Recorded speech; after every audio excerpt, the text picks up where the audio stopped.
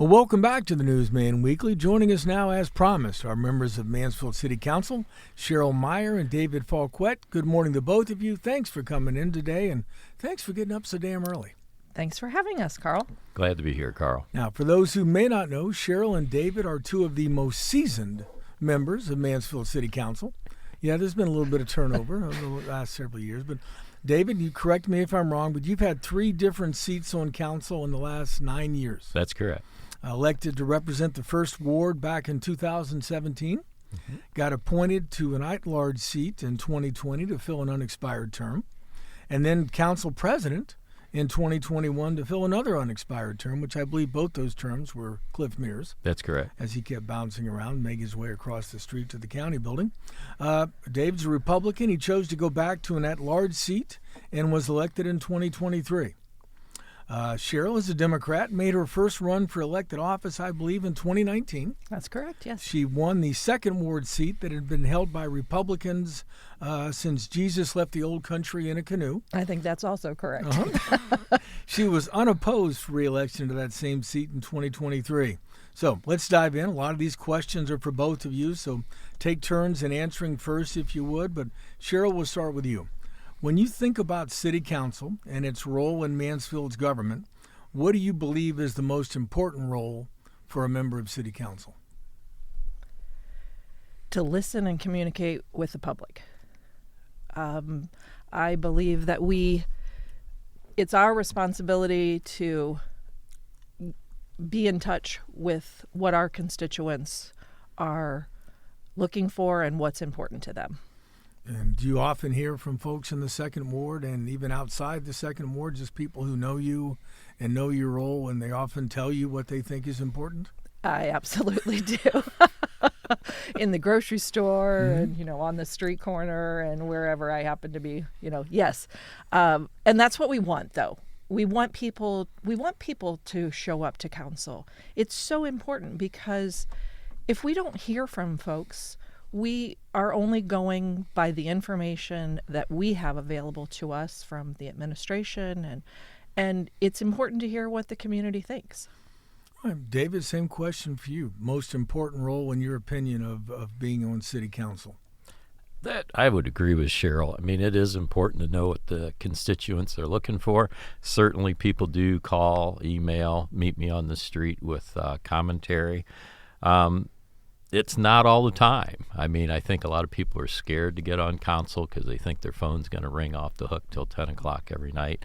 That hasn't happened. But people do reach out. They've been respectful over the years, and I appreciate all that they do. But City Council, of course, is there to kind of approve and keep the city moving forward, on a day-to-day basis. You guys pay the bills, so to speak. All right, without naming any names, and I'll just throw this out there, what's the latest, strangest constituent request you've ever had? It's a good question. Yeah. I had a gentleman call me on Friday evening around 8 o'clock and say that he hated to bother me, but he was. He had a deer wander into his yard and died. And he's bagged it up into a garbage bag, but what is he supposed to do with it? And I was new on council, so I was like, oh my. I told him actually multiple times that he could call the street department, thinking that hopefully they would pick it up. I know that they pick up dead animals that are in the road, of course. Well, he could drag it to the road. Well, that was going to be my suggestion, and I said, told him multiple times, gave him the phone number, and he kind of just kept on to where it was 5 minutes into the conversation, and I said, I'll tell you what, I'll call the street department for you. And so I did. And of course, being new on council, I tell him who I am. And he said, well, ma'am, we don't normally do this if it's in someone's yard, but we'll make an exception this time. But please don't have them call us. Yeah. Or at least put the thing in the street first. Exactly. What about you, David? It's just a few neighborhood disputes, water running off the property the wrong way or something like that. And then only to find out when you dig into it that they've called and complained over the years multiple times, and they see a new face and they're hoping they're going to get a new answer. And those are so challenging because you want people to be happy living with each other, in the neighborhoods, and they don't sometimes, and that can be unfortunate. But Hatfields and McCoys of water disputes. All right. So what initially motivated you guys to run for city council, and have you achieved what you initially wanted to do, and why do you stay committed to doing this? And David, we'll start with you. I started a neighborhood watch group way back in the early 2000s. We had some break-ins in my quiet neighborhood, and during that time I met the councilman, Michael Hill, who'd been on for 20 plus years, and he talked me into it. Mm-hmm. And once he decided to retire, I ran for his seat. Been glad I've been on. Thought I was going to change the world, so to speak, when I came, but you find out that there's really a pretty smart group of people that are employed by the city that are solving problems on a day-to-day basis. But we go back and forth, ask a lot of questions, challenge what they're doing, and I like doing that. Cheryl? Similar to David, I started a neighborhood watch group in my neighborhood because we also had been having some break-ins. And unlike David, I did not know. I had lived in the Second Ward since I've moved to Mansfield in 1991. Mm-hmm. And I had no idea who my council representative was. And so for me, that was kind of the driving force. I felt like it's important for people to know, who you should be able to get a hold of. And so for me, that was it. I'd started the Neighborhood Watch, that went along, and then this term opened up, and I thought, okay, I'm gonna, and also thought I could change the world, of course, but maybe I'm just making my little corner of it a bit better. Very good. Now, what do you guys see? We're starting a new year. Council meets for the first time in 2026 on Tuesday night. What do you see as the single biggest challenge facing Mansfield right now, and how should council work to address that? Hey, we've got a couple of big projects that are in process, but they're causing a lot of issues and problems and things like that. You've got the Main Street reconstruction. I think it'll be beautiful in October. All indications are we're on timeline, but there's an awful lot of pain and agony for people down along there that are trying to do business in the interim. I do hope people continue to come down and visit those businesses.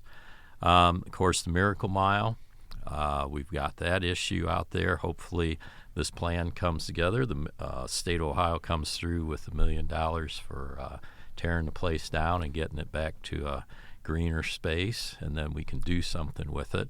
And I think we talked about the Westinghouse just a few minutes ago. Mm-hmm. And I know the county's involved with that, which is great because it's another huge project. So we've got a lot of infrastructure things to do. And I hope we can support all those and help enterprising people be successful in changing Mansfield for the better. Cheryl, what do you think? I completely agree with David. Those would have been the highlights that I would have addressed as well. And I, too, hope that people will continue to come downtown and support those businesses while we get through the dust. Well, I know we're downtown every day, have been since this whole thing started. And with the exception of, for a while, this Main Street kind of looked like the Gaza Strip. Trying to give just cross Main Street, even on foot, right. was problematic. So hopefully that continues to progress once the weather gets warmer. Bert. All right, here's something. What's one decision council made recently that you think residents may have misunderstood or simply overlooked and didn't understand the importance of what you guys just did? Oh. Well, are you thinking chickens? I'm thinking I'm thinking chickens. I'm thinking chickens too. Yes. That was such a challenge, and Cheryl and I voted against it. Of course, we were in the minority because it passed. This had been brought to council a few years ago. The first most important thing for me was I didn't want it to drag on. I think the last time discussions were like over 6 months. Yeah, there were entire chicken families born and died. Yes. From the time that started to the time it ended. It was incredible. Both sides very passionate. Both sides very heated about the whole thing. It's a little bit like any other type of pet or animal that you might have. Some people are good stewards, and you probably won't even know that they have chickens next door. Right. There's people that live in areas that have like woods behind them, so it'd be a no back. Great setup for it. Great setup for it. I'm afraid there's always going to be somebody who the kids got to have a chicken, and they come and get them, and 3 weeks after Easter, they're tired of it. Right. And you got chickens running around, and they're not being cleaned up. And when the phone starts ringing for somebody to fix it, that's when I think, if that happens, I think we'll regret our decision. Hopefully it doesn't. I hope it doesn't. Yeah? I hope it doesn't. I know, Cheryl, you had issues or concerns that you expressed about enforcement. Because it's got to be enforced by the permitting and development department, correct. Which only has two or three full-time inspectors, and these are building inspectors. Correct, and they both have less than 6 months on the job. I absolutely believe that Adrian Ackerman does a fantastic job as the director of that department.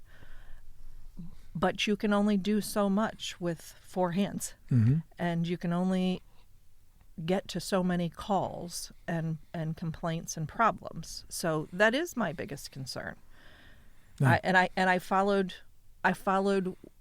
as I had mentioned in council, I had put it out on all of the neighborhood watch pages and social media and ask for feedback, and more than half were against it. Right. And so that's how I voted. Now, you want to know when I knew it was going to pass? When Reverend L said about the, No, I thought maybe it was going to be about the therapy chicken. That too, but when those therapy chicken, that's what I need here is a therapy chicken, guys. Yeah, give me a therapy chicken. But when those 2 young girls came down, fresh-faced, just beautiful young girls, and they both spoke with such passion about chickens, I said, nah, this is done. This is done. This is going to happen. Sooner or later, this is going to happen. Cheryl, you said you elicited feedback, and it's like over half. Do you often vote, like when you do you often vote based on feedback do you get? And is there times where it's like I'm seeing the feedback I'm getting is 60%, but my gut tells me this, I'm going to go with that? Talk through that process a little bit. That hasn't necessarily come up many times, but I would say yes, on hot button topics that I have really solicited for opinions, and that can come back to bite you sometimes.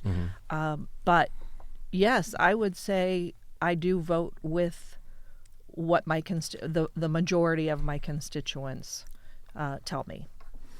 David, how is that different? Because you've been a ward councilman and now you're an at-large councilman. How is that different for you? Because obviously you got a whole bunch of more people outside of just a ward to talk to you. Well, that's true, and I was just reflecting on the marijuana issue, which was a little bit further back in time, and we now have a dispensary open and things like that. And my original first ward was the only ward in the entire city that actually voted against it by the vote count. Right. And I'm sitting in an at-large seat and seeing that 5/6 of the city had wanted it by the vote, whether they understood it or not, and certainly that's a whole nother situation there. But voting to allow the dispensary in town. I've taken a lot of heat from that from some of my supporters, but I think that was what the people wanted, and I wasn't going to stand in the way of it. Now, one of the things have seen within the last year in terms of public response to an issue that I think directly impacted how you guys voted or looked at something was, because I don't think it ever came to a vote. I think it got pulled. The entire municipal parking lot issue when Park National had a plan to build a bank and buy part of that lot. I don't see this town come together very often on an issue, but it seemed like there was a fury that came up that day. What was that like for you guys during that time when there was such public outcry for don't do this? I certainly got a number of calls that from supporters that were or people that were against it, not supporters, people that were against it. And I think we were all kind of scrambling to see, what does this actually look like? It sort of popped up, I think, sooner than it was really meant to. And so that sort of put us behind the 8 ball as well. And all of the glitches really hadn't been worked out, and we didn't really have a lot of information to give to constituents. Right. But we definitely heard from them, and I had a call from Chris Heiner, and he and I talked, and at that point I said, Chris, I don't think I can support this. This just doesn't seem like the best thing for the community. So, David? The one thing that I kind of was disappointed in is it got pulled away from City Council. Nobody knows how City Council feels about it because we never discussed it. Right. It was heavily campaigned against by what I felt was a little bit of a small group of people. They were extremely well organized and got their point out.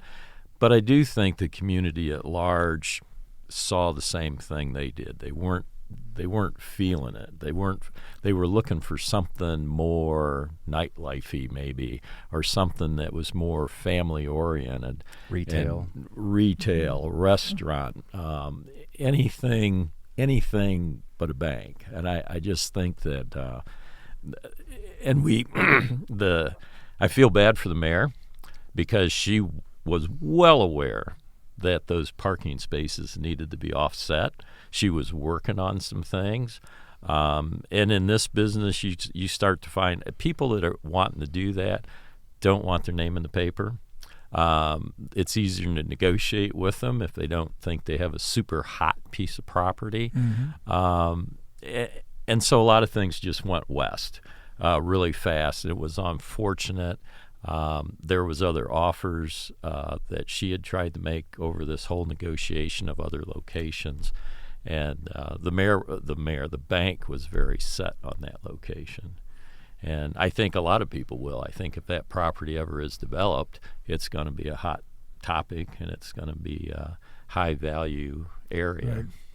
Oh, now, one of the things I hear people talk about a lot is economic development, job creation, new investment. What role does City Council play in those areas, developing jobs, bringing in new investment? Is that a role that council can do, or is that something you simply have to wait for the administration to come to you with a plan? Go ahead.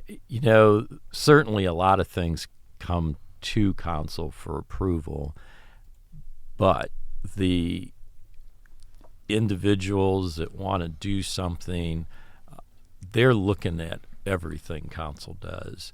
Hiring an outside service, Brett Barrett Thomas, to come in and run that after Mr. Bowersox retired, I think was a good plan, and we approved that. Certainly something we could have said, why don't we hire somebody internally? I think this was a better choice. Some of the other cities are doing the similar thing. And even even the other decisions we make about chickens and marijuana and things like that are either going to attract people or push people away.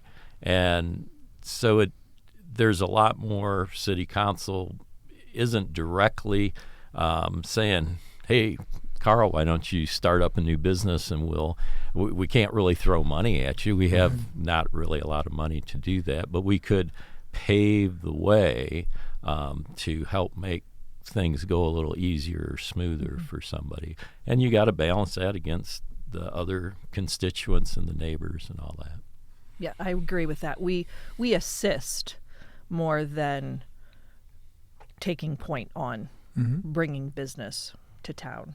We assist with the improvements of the parks and the things that are going to potentially draw businesses to Mansfield.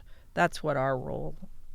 That's what I feel our role is, more than actually going out trying to stir up business. Well, especially for something like parks, right? Because there's public, right? And Public spaces. Yes. Yeah. Yes. There's other places where you're probably, it's just outside of the kind of public's and city council's role. Absolutely. I got to tell you, one of my favorite Cheryl Meier stories. I don't know whether boy. she'll remember this or not, but in terms of going above and beyond your role as a council member, it was in January of your first term, I think, like maybe 2020. And it was right before COVID, probably. Oh, great memory. Yeah, and the crows. And the crows. We had descended yes. upon Central Yes. Park yet again, and were crapping all over the statues and the sidewalk and the benches, which they'd done for decades. And there was a push to let's get rid of the crows Yes. out of Central Park.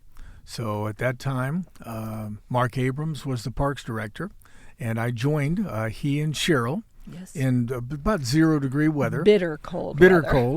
cold, standing in Central Park, watching Mark shine a laser at the crows as This they is were like late into the night. No, right? just at dusk. Oh, okay. Because you want to get the crows as they're coming in, because Yes. once they get settled, you can't get them out. So at like 5 a.m. No, it was like 5 in the evening. Oh, okay. At But dusk. at Gotcha. dusk, yeah. But it was really cold, Yes. and I remember thinking, Cheryl's first term on council, she might want to never do this again. That was those rose-colored glasses Yeah, I was still yeah. wearing. You're still, you can't change the world, but you can change the life of a crow. That's right. Well, we did. They did move the crows. Yes, out we of did. downtown, They did. right? We You were just asked successful. nicely, and they just were like, okay. And now the crows live during the winter out at the Arts Center. Yep. And the people at the Arts Center love a good crow. And you can sit on the benches in Mansfield in February if you want to, and not have to right. worry about sitting Pushed in them right back out to my neighborhood. Is that why they started Crow Fest? And Yes, yeah, that's exactly okay. why, because they wanted those crows out there. You know what I do for fun? I live in Walnut Hills, right, which is out in Washington Township. I wait, during the day, crows will come. They go out to the countryside, and then they come into urban areas at night when it's warmer and there's more lights. But they'll come and they'll be in trees in my neighborhood, and I'll sit on my back patio, and I'll get out my hawk sound and run it through my Bluetooth speaker just to make them fly away. And I'm like, I can have that much control over you guys. This is really cool. And then they look at me, because here's the thing I found about crows. They are very, very smart. Very intelligent. They will look at you in the eye, and they will remember you. So at some point, Mark Abrams really will have to be concerned, because those crows remember who he is. All right. What's the feedback you hear most frequently from constituents? I mean, if there's one or two things that you're going to hear about, and I think we know what one of them is because it's that time of year. Oh, snow plowing. Snow of course. plowing. Yes. What else is Snow out there? plowing and leaf pickup. Doesn't that seem to be like the Yeah, it's the two biggest. consistent things that we always Yeah. get calls about? I would say that snow plowing and leaf pickup are the two that really generate the calls. All right, let's say it's, David, it's 7 o'clock on a Friday night. It's been snowing for 3 hours. I live in the 3rd Ward. You're an at-large councilman. I haven't seen a snow plow. I pick your name out of the council directory and I call you. What are you going to do with my complaint? I've got a couple contacts in the street department. The same people that got the deer? The same people that get the deer. They're good people down there. They're good people. Yeah, and of course I make very solemn promises that not to give out their cell phone numbers. But we do have a 24/7 monitored phone number by the streets department. Anybody can call, leave a message. They do actually listen to them relatively soon, and they'll come out, especially if they miss something. Now they've made quite a few improvements. We have now added GPS and cameras to all the snow plows. Louis can pull up where a snowplow guy was 2 days ago. If you think a snowplow did XYZ, it's probably on camera, and they can verify that it was or wasn't. And the other thing that's fun with snowplows is there's a whole science to removing snow and ice. And I don't 100% understand it. Right. Try and let those guys do their thing, right? Mm-hmm. So sometimes they're just spreading brine or just spreading salt, or they're plowing. And people look out and say, why aren't they doing it all? I want Why salt. don't they I have want their it plowed. plow? Yeah, why aren't their plows why isn't down? the plow down? And it's like, oh, yeah. Yeah, part of living in Ohio is just being able to drive in a little bit of snow. Right. Right. Yes. Right. Well, Yes. I think one of the, and I don't remember, it came 2019, 2020, Snowmageddon, when they had the emergency meeting on a Sunday night during COVID, because it was all yes. it's all on Zoom.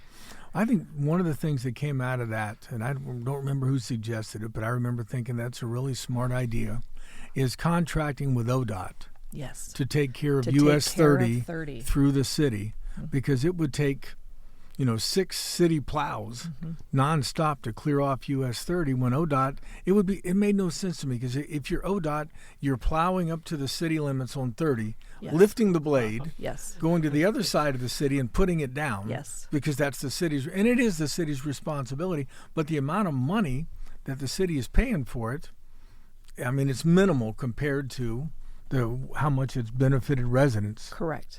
since Correct. that started. That was a very smart move, for sure. But I was happy to see that, because no more Snowmageddon. But that was one of the most well-attended council meetings, Oh, yeah. because Yeah. everybody Everybody came. cares about the snow. Yeah. And that was the first time I'd really seen Reverend L., who at that time was just a resident, came in and spoke with passion, because there was so much anger in the room. And he came in and he goes, "Look, we all want the same thing." I'm like, "That's pretty cool." And then he ran for council.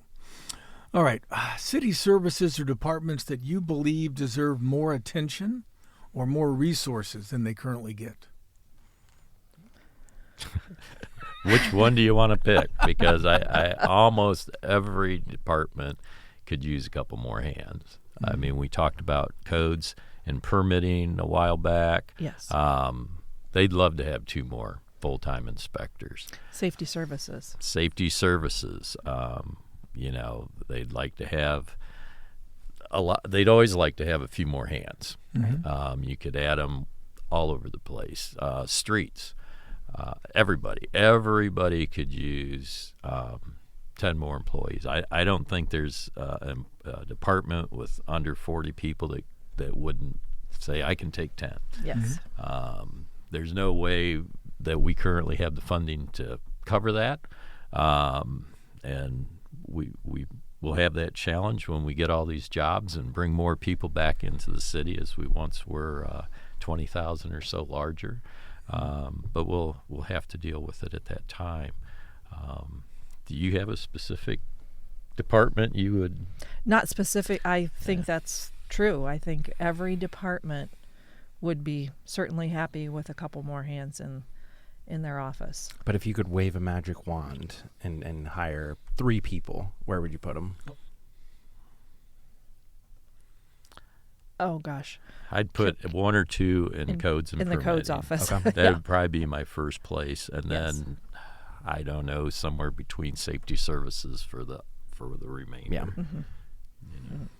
Well, one of the things that I hear people talk about is, when you talk about the safety forces, maybe not necessarily the fire department, it just seems like they're fully staffed, but a few years ago the police department got down into the 60s, Right. and when people were leaving and taking jobs other places, and since then they've kind of rebounded. Are you satisfied with the number of police officers we have in the city? Do you think that should be adjusted higher, lower? And I guess if you're going to add some jobs there, where would that money come from?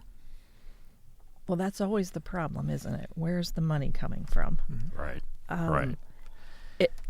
Like Zach said, if we had a magic wand and we didn't have to worry about finances, would we like to see that number in the police department higher? 100%. And they would be on patrol, out helping, being in touch with the citizens. But it's the funding. Where does the funding come from? Right.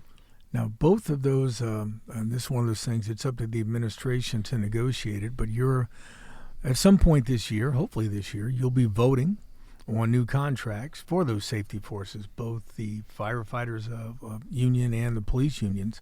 Does the administration communicate with you guys about how those negotiations are going, not going? I know there was money into the budget in anticipation of increases, but what are your thoughts about how that process is going to play out? The labor relations laws have real strict rules about how that's handled. Council gets minimal information during that process.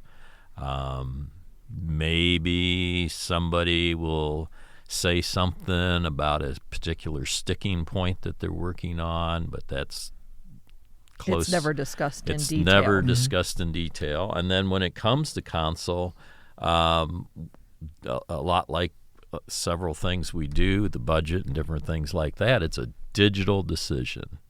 I approve, I disapprove. And it's not, we don't have line item veto power. Right. They didn't ask our opinion. That's already, both sides have a vested interest in what was discussed. So, and we weren't privy to all those discussions. Right. So even though we think this point or that point we don't like, we don't know what the counterbalance was for that. Right. We don't sit down and go through the contracts line by line. We don't have that option. Right. Well, do they give you a chance to at least read them over before you? I mean, I assume you get an opportunity to read them before you vote on them. Generally, in an executive session, they go over the highlights. Here's what we changed. We changed these 10 things or those 10 things. Could they have changed 20 things? 10 that didn't really matter? Could be. I don't ever recall sitting down and having the time or the contract or anything and reading it line by line. No. Okay. I have a question. This might be a little out of left field, but I've always wondered, kind of with council, you run for the office and you with a party, right, with an R or a D next to your name. Sure. Do you think that's it? Would you change that if you could with council, because people have so many, they conflate local issues with national issues on the Republican or Democrat side, and when it's just like organizing leaf pickup and helping guide decisions and voting on local issues that really have nothing to do with the national political parties. Do you have any thoughts on that? Are there any other examples as well? I've always kind of wondered with of just city charters that say like council members are just going to be voted for. They're going to run based on their merits, and what are the problems with that, or is that something that's possible ever? It is possible. Other cities do run as a nonpartisan race, and Shelby, for example, yes, is nonpartisan. Right. Okay. I would be absolutely for it. Let me say this. We all work well together. Mm-hmm. And the R and the D never come into how I make my decisions amongst us. So I don't feel like we should be voted in or not voted in just because of the letter behind our name. Right. It really should be on our merits and what we've done and how engaged we are. So that's my opinion. I would say this council, I covered my first city council meeting in Mansfield 36 years ago now. This particular group does get along, does seem to work together very well. Now, there's been times over the years I can't always say that was the case. There were some pretty stark and clear divisions, and they were primarily along party lines, but I don't see that with you guys. I see, more unanimous votes than I do divided votes. The divided votes, like the one we just had over chickens, those are kind of the They're not the the norm. exception. They're the exception, not the rule. But Yes. David, what do you think? I wish the electorate was better informed. I From think your mouth to God's ears. Do your job, Carl. and I mean, and it isn't. I'm not going to say that the information isn't out there. I think a lot of people do a good job at getting the information out there, but you got to take time to digest it, Right. and talk about it and think about it. And so there's a certain expectation with your trademark, I guess I would call it, that you would tend to lean in A or B direction. We do have one council member who's successfully moving forward in the nonpartisan role. And he would be a great one to talk about how's it like to straddle the fence. He's done his best to try and make everybody happy.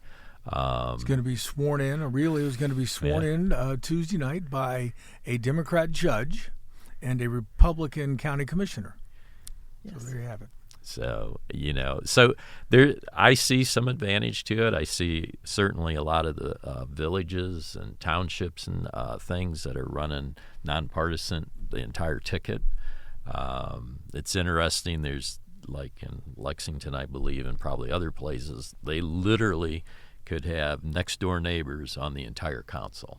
One street, all the next door neighbors, all the same party. Could be their council because there's no restrictions, there's no force to take a person from this corner, this corner, this corner. Is that good or bad? I think for Lexington it's got to be done that way. I think Mansfield has some benefits of picking some people around the community. Well, that's what I remember. There used to be 7 wards and 3 at-large council members, plus the president. Right. There was a lot of people. Now there's what, 6? Now there's 6 5, wards, yeah. 6 2. wards, 2 at large, and 1 council president. And David, you could talk about this. I think it played some role in your decision to come back to an at-large spot. Council president really doesn't get to engage in the debates and only votes if there's a tie. Right. And as a council president, I think that was something you missed, was being able to engage in the discussion and actually cast a vote. There's a lot of tongue biting going on when you're president because you just want to jump in so badly. It's like I feel like somebody's missing the point here. I just want to say something and you really can't. I remember one time, and I was trying to make light of it a little bit. I think I acknowledged Cheryl to speak because the president runs the meeting. You get to talk. You get to talk. And I said, Cheryl, I'll let you talk, but can you ask this one question? Please ask this one question. I'll let you talk. Just to try and get a little something out there. And there is certainly some advantage. The longer you're on council, you see more stuff, you know more people, you've worked with all the departments more and more.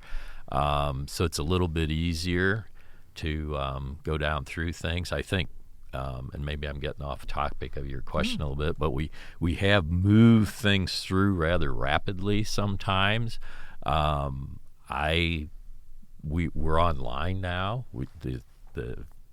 Not exactly televised per se, but we're on the Facebook pages and that, so anybody can sit at home and eat their supper and watch city council and see what's going on. The meeting minutes are all available ahead of time, or the agenda, and so if there's something out there you are upset about, call And I call appreciate somebody. that you put it Yeah. out, Yeah. the topics. You cover that. in the Richland Source prior to our meetings. So Try to that's let people know what their government's about to do to them with them or for them. thanks, Carl. All right, looking ahead, what would you most like residents to say council accomplished during your terms or terms in office? I would like to thank the mayor for making the entire city look good when she threw some discretionary money at the parks. Yes. I think it had a very synergistic effect. We also, with Louis Andrus coming from a statewide park background, it just changed the entire face. Sort of the kick in the pants that we needed. There was, and it was like, hey, the administration supports parks, and it just like had this effect that things started to move. And even the community, several parks have community partners now that we had some of that, but it just seemed to get better and Much better. stronger and moving forward. And Sturkle Park, what an accomplishment that was. I can remember being at a legislative after hours speaking with Michelle Geese from Richland New Hope? Yeah. Thank you, Richland New Hope. And this was before I was even elected. And she was talking about the project and her vision and what she wanted to see accomplished. And we made it. Yeah, the funds were raised, and it's a phenomenal park and well attended. Our people are there constantly, and so that was a big, when I campaigned and walked Hollywood Lane and all through that entire neighborhood, which they're now dubbing the Sturkle neighborhood, and they've started a neighborhood watch, and that was one of the things that those people were very passionate about getting fixed up. Well, very good. Folks, we are going to wrap up today's show on that note. Many thanks to Cheryl Meier and David Falquette for joining us today. Join us again next week when our guests will be local karate legends Gary and Renata Music. Gary Music is a local martial arts OG, and he's got a new book on the subject coming out. We'll learn more about the musics and what's new in their world. For now, thanks again to all of you for listening to the Newsman Weekly. I'll be back in a second to put a bow on this week's episode, but until then, remember what author Mark Twain once said: if you tell the truth, you don't have to remember anything.